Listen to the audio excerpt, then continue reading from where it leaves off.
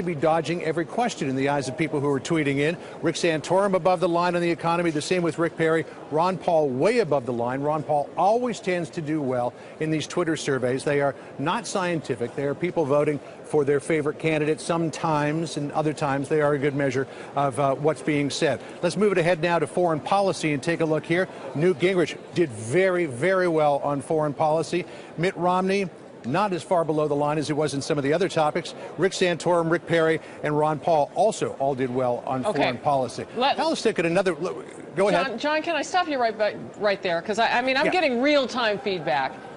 Ron Paul didn't just do well; he did the best from that chart. No, I just want to be fair. I want to point it out because people are watching for it.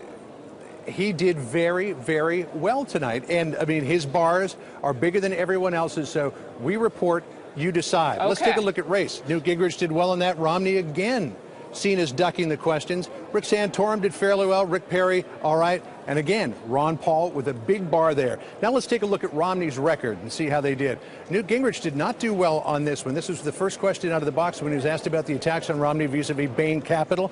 Romney didn't do well on his own record. Santorum just about in the middle. Perry as well, seen as dodging questions about Romney's record. And there he is, Ron Paul, with the big stack of good answer, Ron. Let's drill down on the candidates themselves. First of all, Mitt Romney, how he did. Look at this on the record, well below the line into the dodge on literally every topic with the exception of foreign policy, because he did do fairly well on the foreign policy questions. Newt Gingrich now, bring him up and let's take a look at how he did.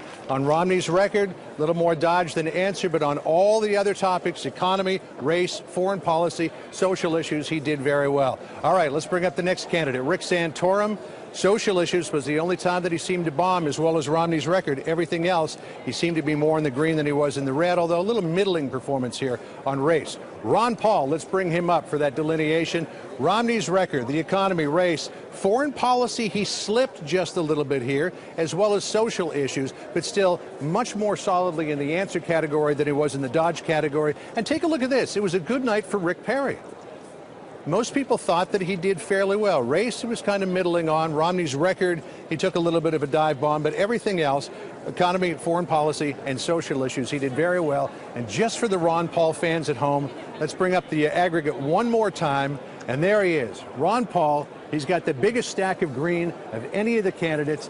You make up your mind about what happened. Those are the raw numbers. Harris?